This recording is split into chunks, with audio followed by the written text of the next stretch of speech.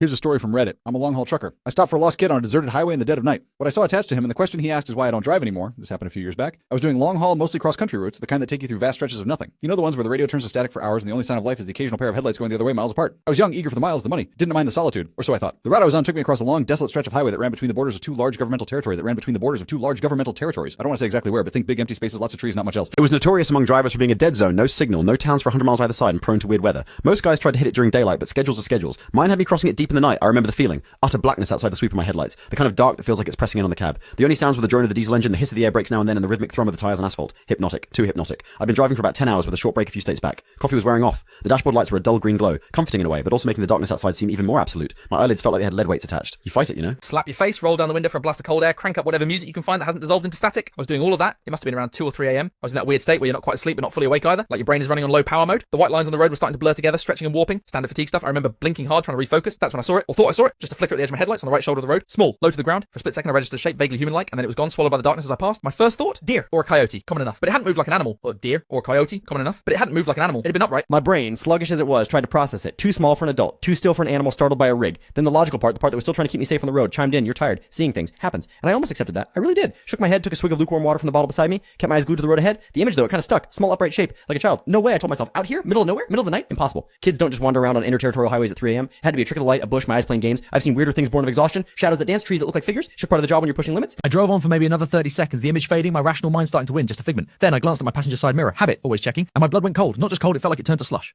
There, illuminated faintly by the red glow of my trailer lights receding into the distance, was the reflection of a small figure, standing, on the shoulder of the road. Exactly where I thought I'd seen something. It wasn't a bush. It wasn't a shadow. It was small, and it was definitely standing there, unmoving, as my truck pulled further and further away. My heart started hammering against my ribs. This wasn't fatigue. This was real. There was something back there, and it looked tiny. Every instinct screamed at me, danger, wrong. Every instinct screamed at me, danger, wrong. Keep going. But another voice, the one that makes us human, I suppose, whispered something else. A kid? Alone out here? What if they're hurt? Lost? I fought with myself for a few seconds that stretched into an eternity. The image in the mirror was getting smaller, fainter. If I didn't act now, they'd be lost to the darkness again. God, the thought of leaving a child out there, if that's what it was, against my better judgment, against that primal urge to just floor it, I made a decision. I slowed the rig, the air brakes hissing like angry snakes, pulled over to the shoulder, the truck groaning in protest, put on my hazards, the rhythmic flashing cutting into the oppressive blackness. Then I did what you're never supposed to do with a full trailer on a narrow shoulder. I started to reverse. Slowly, carefully. My eyes flicking between the mirrors, trying to keep the trailer straight, trying to relocate that tiny figure. The crunch of gravel under the tires sounded unnaturally loud. It took a minute, maybe 2, but it felt like an hour. The red glow of my taillights eventually washed over the spot again. And there it was. A kid. I stopped the truck so my cab was roughly alongside them, maybe 10 feet away. Switched on the high beams, hoping to get a better look, and also to make myself clearly visible as just a truck, not something else. Hard to tell in the glare. They were just standing there, on the very edge of the gravel shoulder, right where the trees began. The woods pressed in close on the stretch of road, tall dark pines and dense undergrowth that looked like a solid black wall just beyond the reach of my lights. The kid wasn't looking at me.